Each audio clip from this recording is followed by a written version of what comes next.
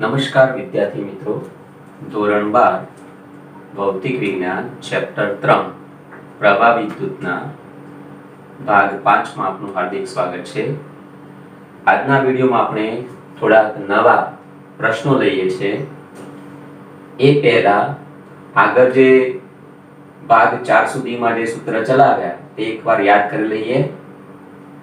કયા કયા સૂત્ર આપણે ડિરાઇવ કર્યા? तो एक तो पहला प्रवाहનું सूत्र મેળવ્યું। સ્થાયી પ્રવાહનું सूत्र I = Q/T। ત્યારબાદ પ્રવાહ જો વિદ્યુતભારનું વહન બદલાતું રહેતું હોય તો સરેરાશ પ્રવાહ એવરેજ = ΔQ / ΔT।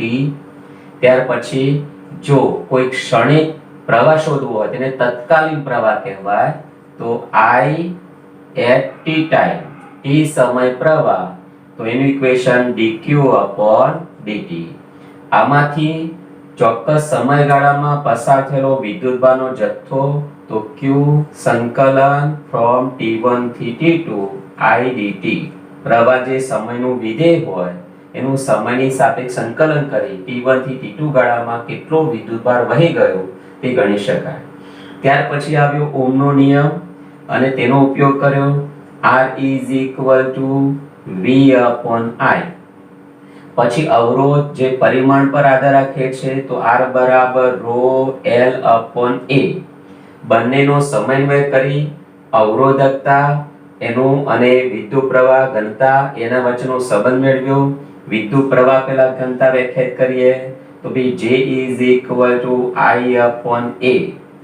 એમાંથી સૂત્ર લાવ્યા J = સિગ્મા E।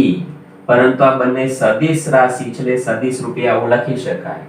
અથવા સિગ્મા એટલે વાહકતા, વાહકતા એટલે અવરોધકતાનો વ્યાસ તો J સદિશ = E સદિશ/ρ। ત્યાર પછી આગળના ભાગ 4 ની અંદર ડ્રિફ્ટ વેગની સમજૂતી આપી। ડ્રિફ્ટ વેગ જે છે એનું સૂત્ર મેળવ્યું। અદિશ રૂપે લખે તો Vd = E capital E into τ/m। જો τ એ રિલેક્સેશન સમય છે। ઇલેક્ટ્રોનની ધન આયનો સાથેની બે ક્રમિક અથડામણ વચ્ચેનો સરેરાશ સમયગાળો છે અને Vd ડ્રિફ્ટ વેગ છે। જો સદિશ રૂપે આને લખો તો આગળ માઈનસ અને કેપિટલ E સદિશ કરવા પડે અને ધન વિદ્યુતભાર માટે તો પ્લસ જ લખવાના, એમાં માઈનસ ચિહ્ન કરવાની જરૂર નથી। આ ડ્રિફ્ટ વેગનો ઉપયોગ કરી અને અવરોધકતાને વાહકતાના સૂત્ર છેલ્લે મેળવ્યા। અવરોધકતાનું સૂત્ર મળ્યું ρ = m/n² અને વાહકતા જે આનો વ્યસ્ત કહેવાય n(e²τ/m। એ સૂત્ર મેળવતા હતા એ પ્રોસેસ દરમિયાન થિયરીમાં વચ્ચે સૂત્ર વિદ્યુત પ્રવાહ ઘનતાનું આવ્યું અને પ્રવાહનું સૂત્ર આવ્યું I = NAVDE। જો Vd એટલે ડ્રિફ્ટ વેગ છે અને એમાંથી પ્રવાહ ઘનતાનું સૂત્ર મેળવ્યું તો J = NVDE। એમાં વળી ચોખવટ કરવા જેવી છે। વિદ્યુત પ્રવાહ ઘનતા સદિશ રાશિ છે, ક્ષેત્રની દિશામાં હોય એટલે કે જે દિશામાં ધન વિદ્યુતભાર ગતિ કરતા હોય એ દિશામાં હોય। જો ઇલેક્ટ્રોન માટે ડ્રિફ્ટ વેગ લઈને પ્રવાહ ઘનતા શોધતા હો તો એમાં જો સદિશ રૂપે લખો તો J સદિશ = માઈનસ કરવા નેસેસરી છે કારણ કે એનો ડ્રિફ્ટ વેગ, ઇલેક્ટ્રોનનો ડ્રિફ્ટ વેગ એ પ્રવાહ ઘનતાની વિરુદ્ધ દિશામાં છે અને ધન વિદ્યુતભારને લઈને જો તમે પ્રવાહ ઘનતા મેળવતા હો તો n q એ ધન વિદ્યુતભાર ગણવો તો Vd સદિશ ની દિશામાં જ વિદ્યુત પ્રવાહ ઘનતા હોય। તો આ બધા ઇક્વેશન અત્યાર સુધીના આપણે ભાગમાં મેળવ્યા છે। એ સિવાય બીજા સૂત્ર મેં અહીંયાથી તમને તારવી આપ્યા હતા કે અવરોધ જે છે એ લંબાઈના સમપ્રમાણમાં, આડછેદના ક્ષેત્રફળના વ્યસ્ત પ્રમાણમાં અને સપ્રમાણતા અચળાંક અવરોધકતા છે। પણ એમાં જો તાર જે છે એ તારને આપણે ખેંચીએ તો લંબાઈ વધે પણ આડછેદનું ક્ષેત્રફળ ઘટે પણ દળ જે છે તે અચળ રહે। તો એનો ઉપયોગ કરી ઘનતાનો ઉપયોગ કરીને વળી એમાંથી એક સૂત્ર બનાવ્યું હતું r is equal to rho લંબાઈ વડે ગુણતા લંબાઈ વડે ભાગતા એટલે l સ્ક્વેર અને છેદમાં કદ બની ગયું a into l એટલે કદ પરંતુ ઘનતા બરાબર દળ ભાગ્યા કદ તો એમાંથી કદને સૂત્રનો કરતા કરીએ તો દળ અપોન ઘનતા તો દળનો સંકેત m સ્વીકારીએ અને ઘનતાને આપણે રો વડે દર્શાવતા હતા પણ અત્યારે અવરોધકતાનો સંકેત રો છે એટલે ઘનતા માટે ડેન્સિટી d સંકેત રાખીએ તો કદ al ને બદલે m upon d ઇનપુટ કરતા સૂત્ર બની જાય રો l સ્ક્વેર છેદની અંદર m upon d મૂકવાનું એટલે m છેદના છેદમાં અંશમાં જતા રહે એને બદલે જો તમારે આછેદના ક્ષેત્રફળમાં સૂત્ર લાવવું હોય તો અંશમાં a વડે ગુણતા અને છેદમાં પણ a વડે ગુણતા તો ઉપર કદ જતું રહે તો ઉપર જો કદ જાય તો રો છે તો જે હતા એ પ્રમાણે આવશે પણ નીચે a સ્ક્વેર થશે કદ ઉપર બનશે એટલે સૂત્ર બની જશે m upon d અને a સ્ક્વેર આ જે આપણે સૂત્ર ડિરાઈવ કર્યા એમાંથી સૂત્ર પરથી જેનો ઉપયોગ જ્યારે તાર ખેંચવામાં આવે લંબાઈનો વધારો કરવામાં આવે ત્યારે આડછેદનું ક્ષેત્રફળ ઘટે તાર પાતળો થાય ત્યારે લંબાઈના ફેરફાર સાથે સીધો જ અવરોધ કેટલો ફેરફાર પામે તે ગણતરી કરવા માટે ઉપયોગી છે તો આ બધા જે ઇક્વેશન છે તેના પર આધારિત થોડાક અગાઉ પ્રશ્નો લીધા હતા અને હવે પ્રવાહના ઉપર આધારિત હવે એના સિવાયના બાકીના જે સૂત્ર છે એના પરના દાખલા અને પ્રશ્નો જે છે એ વાત કરવાની છે એમાંથી આપણે અત્યારે વાત કરી રહ્યા છે આ જે વિદ્યુત પ્રવાહ ઘનતા એના પર આધારિત પ્રશ્ન અને અવરોધ જે છે સૂત્ર જે મેળવ્યું છે એટલે બોક્સ બનાવ્યું એના પર આધારિત પ્રશ્નોની વાત કરીએ તો શરૂઆત કરીએ પહેલા મેં રકમ લખી રાખી છે તો કે આપણી પાસે 6 into 10 raised to -2 મીટર લંબાઈ એટલે L સંકેત આપીએ 6 ગુણ્યા 10 ની -2 ઘાત મીટર લંબાઈ ધરાવતો અને 4 ગુણ્યા 10 ની -3 ઘાત મીટર પહોળાઈ ધરાવતો વળી 25 ગુણ્યા 10 ની -5 ઘાત 10 ની -5 ઘાત મીટર જાડાઈ અથવા ઊંચાઈ ધરાવતો વાહક છે જેમાં ઇલેક્ટ્રોનની સંખ્યા ઘનતા એટલે કે એકમ કદમાં સમાયેલા ઇલેક્ટ્રોનની સંખ્યા 10 ની 22 ઘાત મીટર રેઝ ટુ -3 એટલે કે એકમ કદમાં સંખ્યા આટલી છે તો તમારી પાસે જવાબ માંગ્યો છે જો લંબાઈને સમાંતર વોલ્ટેજ લગાડતા તેની અંદર પ્રવાહ 4.8 મિલી એમ્પિયર એટલે 10 ની -3 ઘાત એમ્પિયર રચાતો હોય તો વિદ્યુત પ્રવાહ ઘનતા કેટલી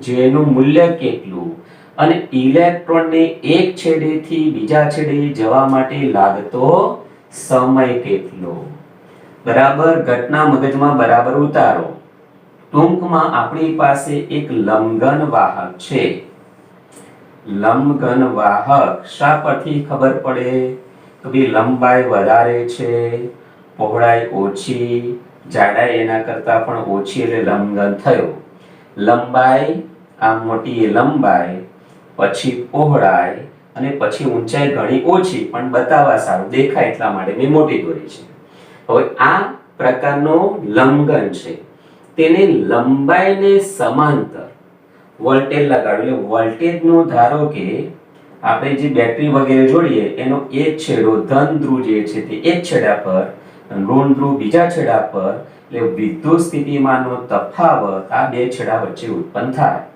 માટે કરીને પ્રવાહ ક્ષેત્રની દિશામાં રચાય એટલે લંબાઈને સમાંતર પ્રવાહ રચાય લંબાઈને સમાંતર પ્રવાહ રચાય તો પ્રવાહની દિશાને લંબ એવું આડછેદનું ક્ષેત્રફળ જે આપણે કેપિટલ A કહેતા હોઈએ છીએ એ કેપિટલ A કેટલું થાય તો કેપિટલ A પહોળાઈ અને ઊંચાઈના ગુણાકાર જેટલું થાય કેપિટલ A આડછેદનું ક્ષેત્રફળ પ્રવાહની દિશાને લંબ એવું એ B અને H ના ગુણાકારથી મળે જેનો આપણે પ્રવાહ ઘનતા શોધવા માટે ઉપયોગ કરવો પડશે. J is equal to I upon A. બરાબર. તો શરૂઆત કરીએ કે ભાઈ પ્રવાહ જે છે એ લંબાઈને સમાંતર વહેશે, લંબાઈની દિશામાં વહેશે, માટે પ્રવાહ ઘનતા એનું સૂત્ર છે J is equal to I upon A. J is equal to I upon A. પણ A એટલે કોનો ગુણાકાર? ગણા લંબાઈ ગુણ્યા પહોળાઈ. તો વિના એમ નહીં, આડછેદનું ક્ષેત્રફળ તમારે કયું લેવું જોઈએ? જે દિશામાં પ્રવાહ વહેતો હોય ને લંબ દિશામાં. જો આ વ્યવસ્થા બદલાઈ જાય, પહોળાઈને સમાંતર વોલ્ટેજ લગાડો તો પ્રવાહ પહોળાઈને સમાંતર વહેશે, તો એ વખતે H અને L નો ગુણાકાર A થશે. તે જોવાનું પ્રવાહ કઈ દિશામાં વહે છે, લંબાઈને સમાંતર, તો લંબાઈને લંબ રૂપે આવેલું આડછેદનું ક્ષેત્રફળ B અને H ના ગુણાકારથી થશે. બસ આની અંદર હવે કિંમત માત્ર મૂકવાની છે. therefore J is equal to I બરાબર 4.8 મિલી એમ્પિયર 10 ની -3 ઘાત. B is equal to કેટલા? તો 4 into 10 raised to -3 અને ઊંચાઈ કેટલી? તો 25 ગુણ્યા 10 ની -5 ઘાત. હવે 25 ચોક 100 એટલે 10 ની 2 ઘાત. 10 ની 2 ઘાતમાંથી 10 ની -3 ઘાત એટલે 10 ની -1 ઘાત બાકી રહે. 10 ની -1 ઘાત અને 10 ની -5 ઘાત, તો 10 ની -6 ઘાત એટલે છેદમાં રહ્યા 1 into 10 raised to -6 ઉપર છે 4.8 into 10 raised to -3, તો 10 ની -6 ઘાત ઉપર જાય તો પ્લસ થઈ જાય કે ટોટલ આન્સર થયો 4.8 into 10 raised to +3 અને એકમ બનશે એમ્પિયર પ્રતિ મીટર સ્ક્વેર. આ એક આન્સર આવ્યો. વિદ્યુત પ્રવાહ ઘનતા કેટલી? તો વિદ્યુત પ્રવાહ ઘનતા નો જવાબ આવ્યો 4.8 into 10 raised to 3. બીજો જવાબ માંગ્યો છે ઇલેક્ટ્રોન જે છે, અહીંયાથી વિદ્યુત પ્રવાહ જે રચાય એ વિદ્યુત પ્રવાહ ઇલેક્ટ્રોનના ખસવાને કારણે, ડ્રિફ્ટ વેગના કારણે મળે છે. તો એક છેડેથી બીજા છેડા સુધી ઇલેક્ટ્રોનને પહોંચવા માટે કેટલો સમય લાગે તે ગણવા માટે પ્રવાહનું સૂત્ર વાપરવું પડશે. I is equal to NAVDE. VD એટલે ડ્રિફ્ટ વેગ, વેગ એટલે કાપેલું અંતર ભાગ્યા તે માટે લાગતો સમય. I is equal to NAVDE, પણ VD પાછળ લખીએ. વેગ જે છે તે ડ્રિફ્ટ વેગ, એક છેડેથી બીજે છેડે જવા માટે L અંતર કાપવાનું, એ કાપેલું અંતર ભાગ્યા તે માટે લાગતો સમય. આના ઉપરથી સમયને સૂત્રનો કરતા કરીએ તો T is equal to આ અંશમાં જશે એટલે NaEL અને ડિવાઇડેડ બાય I થઈ જશે. સમીકરણ નંબર આને 4 આપીએ. એની અંદર કિંમત મૂકી દઈએ તો કિંમતો મૂકતા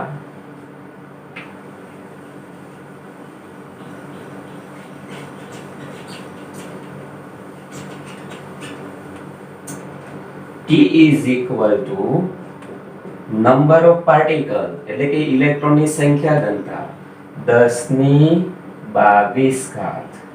A ક્ષેત્રફળ એટલે B અને H નો ગુણાકાર. B કેટલા? તો 4 into 10 raised to -3 અને H એટલે કેટલા? તો 25 ગુણ્યા 10 ની -5 ઘાત. વળી E એટલે ઇલેક્ટ્રોન પરનો વીજભાર 1.6 into 10 raised to -19 coulomb into લંબાઈ કેટલી આપી છે? તો 6 ગુણ્યા 10 ની -2 ઘાત અપોન પ્રવાહ છે 4.8 ગુણ્યા 10 ની -3 ઘાત. હવે અહીંયા ભાગ ચલાવીએ તો 16 3 48 એટલે આ ભાગ ચાલશે 3 3 દુ 6 એટલે અહીંયા આવી જશે 2 બરાબર.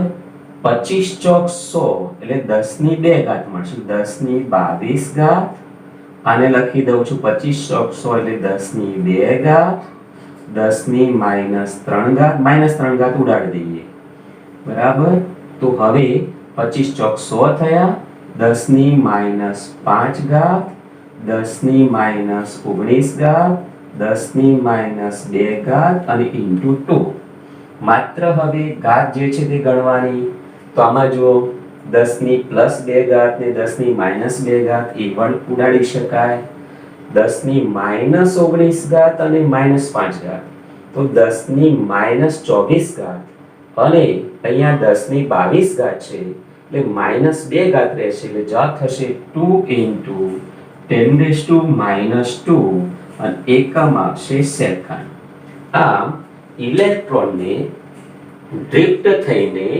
ડ્રિફ્ટ વેગથી ગતિ કરીને એક છેડેથી બીજે છેડે જવા માટે લાગતો સમય આટલો થશે આ સમજવા જેવું છે કે ભઈ આની અંદર ઇલેક્ટ્રોન અહીંયાથી ઘસડાતા ખસતા અહીંયા પહોંચવા માટે 0.02 અથવા 2 × 10 ની -2 સેકન્ડ લે છે તો આપણને એમ થાય કે આપણે સ્વિચ ઓન કરી અને તરત જ બલ્બ ચાલુ થઈ જાય તો ડ્રિફ્ટ વેગ જે છે એનાથી જો ગતિ કરતો ઇલેક્ટ્રોન પહોંચે તો સ્વિચ ઓન કરીએ ત્યાર પછી અમુક સમય પછી તમારે લાઈટ ચાલુ થાય પણ એવું નથી બનતું એનું કારણ એ છે કે જેવું તમે ક્ષેત્ર લગાડો કે એના ઇલેક્ટ્રોન છે તે ગતિ કરીને પ્રવાહ રચી દે છે એટલે ઊર્જા તમારી ત્યાં પહોંચી જાય છે ક્ષેત્રની અસર જે છે એ પ્રકાશના વેગ જેટલા વેગથી અસર પામી જાય છે અને એ કારણસર સીધી તમે સ્વિચ ઓન કરો કે તરત જ ટ્યુબ લાઇટ કે પંખો કે જે કંઈ છે તરત જ ચાલુ થઈ જાય છે તો આ બાબત એક નોંધનીય છે તો આ બાદ હવે વિદ્યુત પ્રવાહ ઘનતા જે છે એનું એક નવું સૂત્ર મેં તમને જે સંકલન સ્વરૂપે જે છે અગાઉ વાત કરી હતી અત્યારે એ આપણે સૂત્ર છે તે સમજી લઈએ અને એના લગતો પણ પ્રશ્ન સાથે લઈ લઈએ જો ખરબચડું એવું આડછેદનું ક્ષેત્રફળ હોય સમતલ આડછેદનું ક્ષેત્રફળ ન હોય તો તે વખતે સમતલ આડછેદનું ક્ષેત્રફળ ન હોય વક્રાકાર હોય તો તે વખતે વિદ્યુત પ્રવાહ ઘનતા આ J બરાબર I/A સૂત્રની મદદથી ગણી શકાતું નથી જો પૃષ્ઠ અથવા આડછેદ સમતલ ન હોય તો પ્રવાહ ઘનતા અથવા પ્રવાહ શોધવા માટે તમારે શું કરવું જોઈએ તો પહેલા તો I સંકલન J સદિશ ડોટ dA સદિશ બરાબર કોના પરનું તો સમગ્ર પૃષ્ઠ ઉપરનું જો સમતલ આડછેદનું ક્ષેત્રફળ હોય પણ બંને એક જ દિશામાં ન હોય તો I J સદિશ ડોટ A સદિશ એટલે કે JA cos θ આનો ઉપયોગ કરવો આ ક્યારે વપરાય જ્યારે આડછેદ સમતલ હોય ત્યારે અને આ આડછેદ સમતલ ન હોય ત્યારે અને વિદ્યુત પ્રવાહ ઘનતા દરેક પોઈન્ટ ઉપર સમાન ન હોય ત્યારે પણ આ સૂત્રનો ઉપયોગ કરી શકાય તો આ બાબતને લઈને આપણે એક પ્રશ્ન લઈએ છીએ કે ધારો કે આપણી પાસે કોઈ નળાકાર વાહક છે નળાકાર વાહક તાર છે અને તેની અંદર આડછેદના ક્ષેત્રફળ ઉપર જુદા જુદા બિંદુ પાસે પ્રવાહ ઘનતા બદલાય છે નળાકાર વાહક છે નળાકાર એમાં ત્રિજ્યા આપી છે આપણને કેપિટલ R ત્રિજ્યા વાળો નળાકાર વાહકમાં લંબાઈની દિશામાં અથવા લંબાઈને સમાંતર લંબાઈની દિશામાં વિદ્યુત પ્રવાહ ઘનતા J J0 J0 in bracket 1 minus small r square upon capital R square અનુસાર બદલાય છે. જો સ્મોલ r એ શું છે તો વાહક જે છે એ વાહકની અક્ષ નળાકાર વાહક છે એ નળાકાર વાહકની અક્ષથી અંતર છે.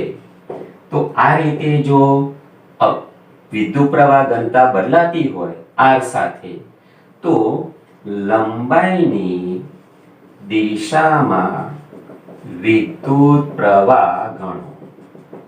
કેટલો પ્રવાહ વહેતો હશે? વિદ્યુત પ્રવાહ ઘનતા દરેક પોઈન્ટ ઉપર આડછેદના ક્ષેત્રફળ ઉપર r સાથે બદલાય છે.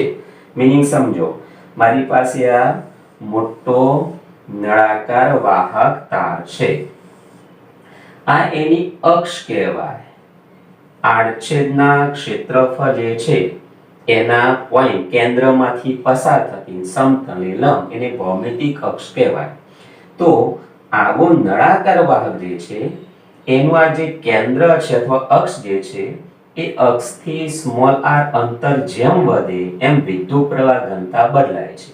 ટૂંકમાં r બરાબર કેપિટલ R થઈ જાય તો capital R square upon capital R square એટલે 1 થઈ જાય. 1 minus 1 is equal to 0. એટલે આમ કેવું છે કે સેન્ટર ઉપર મેક્સિમમ હશે r બરાબર 0 એટલે j બરાબર j0. તો અહીંયા વિદ્યુત પ્રવાહ ઘનતા મહત્તમ છે. જેમ દૂર જાવ તેમ વિદ્યુત પ્રવાહ ઘટતી ઘટતી શૂન્ય થઈ જાય. આ બાજુ પણ વિદ્યુત પ્રવાહ ઘટતી ઘટતી શૂન્ય થઈ જાય. તો એ પ્રકારે વિદ્યુત પ્રવાહ ઘનતા બદલાય છે. તો બદલાતી રહેતી હોય તો આ લંબાઈની દિશામાં જે પ્રવાહ છે કેપિટલ I એ આપણે ગણવું છે. ત્રિજ્યા કેપિટલ R છે. આ નળાકાર વાહકની ત્રિજ્યા 0 થી કેપિટલ R છે.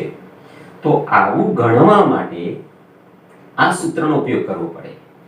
વિદ્યુત પ્રવાહ ઘનતા બદલાતી રહેતી હોય તો સમગ્ર પૃષ્ઠમાંથી વહેતો પ્રવાહ ગણવા માટે ખંડ પાડવાનો, ખંડ પરનો પ્રવાહ ગણવાનો, પછી એનું સંકલન કરી દેવાનું. તો ભાઈ એક કામ કરવા માટે પહેલા આપણે આ જે પૃષ્ઠ છે એ પૃષ્ઠમાં નાનો એક ખંડ લઈએ. કેવો ખંડ? તો ભાઈ સ્મોલ r ત્રિજ્યા વાળો અને dr જેટલી પહોળાઈ વાળો વર્તુળાકાર છે એટલે વર્તુળાકાર પૃષ્ઠખંડ લેવો પડે. સ્મોલ r ત્રિજ્યા વાળો અને dr જેટલી પહોળાઈ વાળો અક્ષ જે છે એ અક્ષથી સ્મોલ r ત્રિજ્યા વાળો અને dr પહોળાઈ વાળો પૃષ્ઠખંડ ધ્યાનમાં લો. પૃષ્ઠખંડ એ રિંગ આકારનો બનવાનો. પૃષ્ઠખંડ જે શું છે રિંગ ને ધ્યાનમાં લો. ચલો રિંગ ને ધ્યાનમાં લો. તો આ રિંગ જે છે એનું ક્ષેત્રફળ કેટલું? રિંગનું ક્ષેત્રફળ, રિંગ જે છે વર્તુળ એનો પરિઘ એટલે 2πr. મારી પાસે આ રિંગ છે તો આ રિંગની પહોળાઈ dr જેટલી અને r એની ત્રિજ્યા છે સ્મોલ r. તો આનો પરિઘ જે છે આની લંબાઈ કેટલી? તો ખોલી નાખીએ, તોડી નાખીએ તો પટ્ટી તૈયાર થાય. પટ્ટીની લંબાઈ એ પરિઘ જેટલી અને પહોળાઈ dr જેટલી. એટલે લંબાઈ ગુણ્યા પહોળાઈ એ પ્રમાણેનું ક્ષેત્રફળ બનશે. એટલે ધ્યાનમાં લીધેલી જે રિંગ છે એ રિંગનું ક્ષેત્રફળ અથવા પૃષ્ઠખંડનું ક્ષેત્રફળ, રિંગનું ક્ષેત્રફળ જેને કહીશું dA is equal to 2πr dr. અને વળી એની દિશા કઈ તરફ? તો પૃષ્ઠના સમતલે લંબ એટલે પ્રવાહ ઘનતાની દિશામાં. પ્રવાહ ઘનતા જે સદિશ એ જે દિશામાં છે એ દિશામાં જ એ સદિશ આવશે. માટે dA સદિશ એ જે સદિશની દિશામાં છે. અત્યારે દિશા નથી લખતા.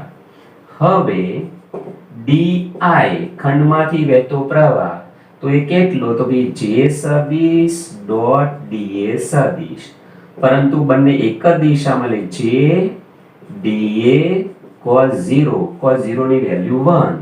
તો તો therefore JDA J બરાબર આપ્યા છે J0 into 1 minus small r square upon capital R square into DA બરાબર 2 pi r dr. આ જે આપણને પ્રવાહ મળ્યો એક ખંડમાંથી વહેતો પ્રવાહ મળ્યો, પણ એવા ખંડો ક્યાંથી ક્યાં સુધી? તો 0 થી કેપિટલ R સુધી છે, એનું સંકલન કરવું પડે. માટે લંબાઈની દિશામાં કુલ પ્રવાહ બરાબર 0 થી કેપિટલ R di, જેમાં અચળ કિંમતો કઈ રહે છે? તો J0 અચળ રહેશે, 2 પાઈ અચળ રહેશે, સ્મોલ r બદલાય છે તો અંદર ગુણી દઈએ 0 થી કેપિટલ R, અને પહેલા r ગુણીએ તો પહેલા કૌંસમાં પહેલું પદ બનશે સ્મોલ r, બીજું પદ છે r નો ઘન અપોન કેપિટલ R નો સ્ક્વેર અને dr. ફરીથી પ્રથમ પદ 2 પાઈ તો અચળ છે, બહાર લઈ લીધા, 1 સાથે સ્મોલ r નો ગુણાકાર થયો, સ્મોલ r નો સ્ક્વેર હતો, r ગુણાય એટલે r નો ઘન થશે. હવે આનું r ની સાપેક્ષે સ્મોલ r ની સાપેક્ષે સંકલન અને બે સીમા મૂકવાની છે.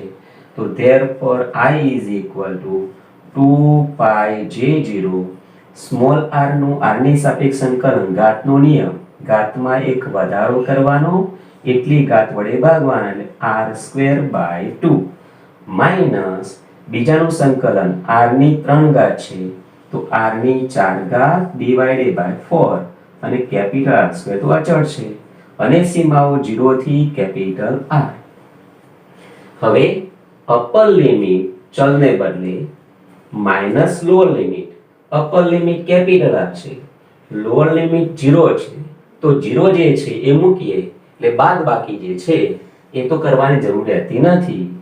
2 pi J0 capital R square by 2 minus capital R ની 4 ઘાત છેદમાં 4 કેપિટલ R નો સ્ક્વેર. R સ્ક્વેર અને R ની 4 ઘાત એટલે R નો સ્ક્વેર રહેશે, R સ્ક્વેર બાય 4, અને આગળ છે R square by 2, 2 pi J0 કૌંસની અંદર R square by 2 minus R square by 4, તો જવાબ રહેશે R સ્ક્વેર બાય 4. બે ભાગ ચાલે તો જવાબ થઈ ગયો pi J0 R square by 2, pi J0 R square by 2, પ્રવાહ I બરાબર આટલો જવાબ આવશે, પાઈ J0 R સ્ક્વેર બાય 2. આ પ્રકારના પ્રશ્નો જે છે એ JEE નીટમાં આવે, ગુજકેટમાં આવી શકે, બરાબર, પણ એમાં થોડું સરળ હશે સંકલન કરવાનું, બરાબર, પણ શક્યતાઓ તો ખરી જ, એટલે આપણે તૈયારી રાખવાની રહેશે. અત્યારે આ બે જે ચલાવ્યા તે પ્રશ્નો વિદ્યુત પ્રવાહ ઘનતા પર આધારિત છે. હવે વાત કરીએ છીએ આપણે અવરોધનું જે સૂત્ર મેળવ્યું તેના પર આધારિત પ્રશ્ન, જેમાં અવરોધ લંબાઈ સાથે જે ફેરફાર પામે છે, ખેંચીને તમે લંબાઈ વધારો ત્યારે અવરોધ જે બદલાય છે લંબાઈના વર્ગના સમપ્રમાણમાં બદલાય છે. તો તેના ઉપરથી પહેલા મુખ્ય બાબત સમજી લઈએ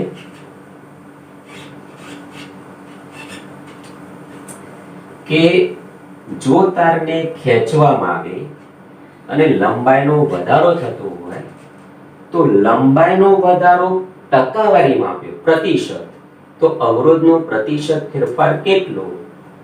તો સૂક્ષ્મ ફેરફાર માટે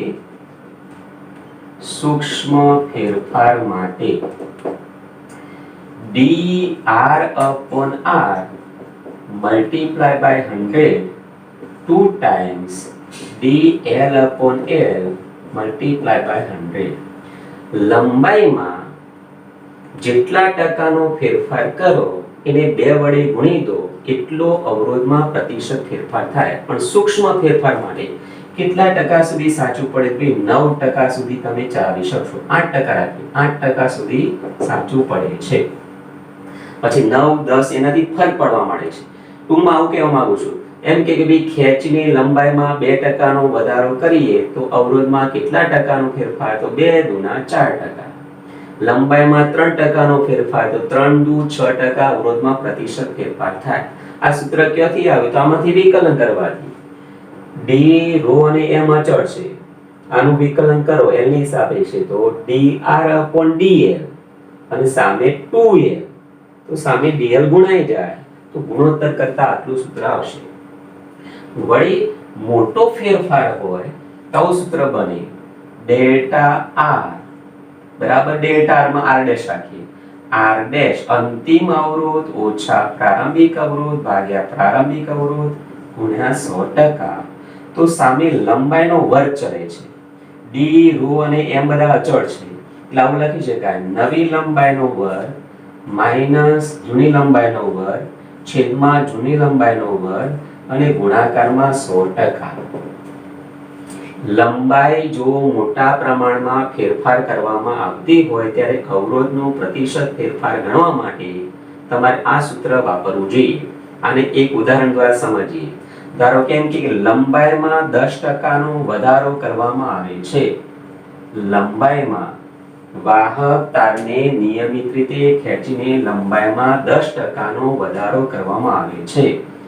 વાહક તારને ખેંચીને લંબાઈમાં 10% નો વધારો કરવામાં આવે તો અવરોધ જે છે એ અવરોધમાં પ્રતિશત ફેરફાર ખાલી જગ્યા થાય. તો લંબાઈમાં 10% વધારો એટલે મૂળ લંબાઈ એ 100, l લંબાઈ પહેલા હતી તો l બરાબર 100% છે, 100 મૂલ્ય છે, 100 એ l છે તો 10% વધી ગયા તો 110 એ કેટલા? તો 110 l/100 આ નવી લંબાઈ બની. 10% વધારવાથી 110% થયા તો ભાઈ 110 એ નવી લંબાઈ કેટલી? તો 110 l/100 એટલે કે 1.1 l થયા. જૂની લંબાઈના 1.1 ગણા થયા. તો આ જે બાબત છે તે મગજમાં બેસવી જોઈએ. 10% ને બદલે 20% હોય તો 1.2 આવે, 30% હોય તો 1.3 આવે, 5% હોય તો 1.05 આવે. ભૂલ ન થવી જોઈએ. તો આ રીતે ટકાવારીમાં જો ફેરફાર આપ્યો હોય અને અવરોધનો પ્રતિશત ફેરફાર ગણવો હોય તો જવાબ શું મળે? તો આ સૂત્ર સામે પડ્યું. આપણો અવરોધનો ફેરફાર ડેલ્ટા r/r મલ્ટીપ્લાય બાય 100 અવરોધમાં પ્રતિશત ફેરફાર અથવા ટકાવારીમાં ફેરફાર તો કેટલો? તો નવી લંબાઈ એટલે 1.1 l આખાનો સ્ક્વેર એટલે હું શું કરું છું કે આ 1.1 નો સ્ક્વેર અને l સ્ક્વેર રાખું માઈનસ l સ્ક્વેર છેદમાં l સ્ક્વેર અને 100 વડે ગુણવાના.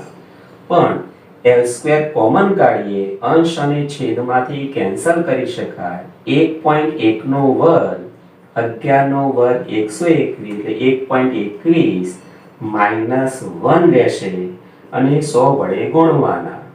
તો 1.21 માંથી 1 જાય એટલે 0.21, 0.21 ને 100 વડે ગુણતા 21% વધારો થાય.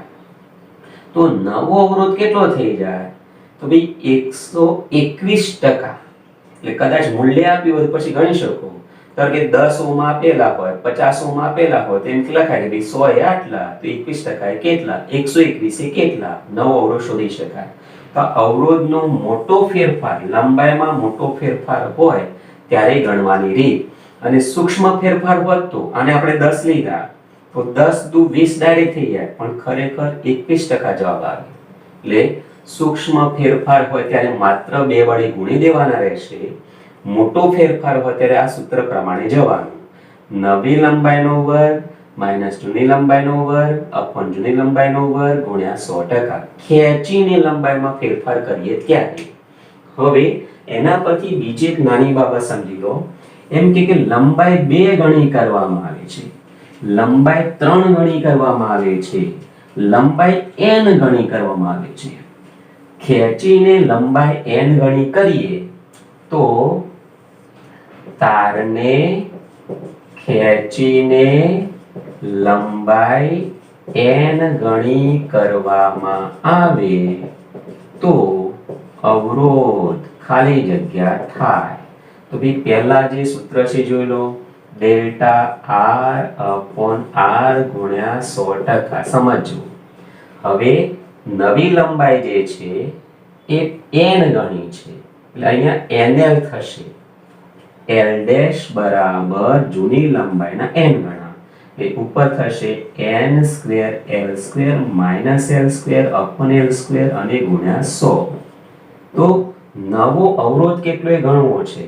તો આ જે છે એ 100% કેન્સલ કરી દો, l સ્ક્વેર અંશમાંથી કોમન કાઢી દો, બરાબર, એટલે ઉડી જાય તો n square minus 1 delta r upon r બરાબર થયા. તો ડેલ્ટા r કેટલા? તો n square minus 1 into r એટલે n square r minus r. શું કહે છે? જો અંતિમ અવરોધ ઓછા પ્રારંભિક અવરોધ એટલે ફેરફાર.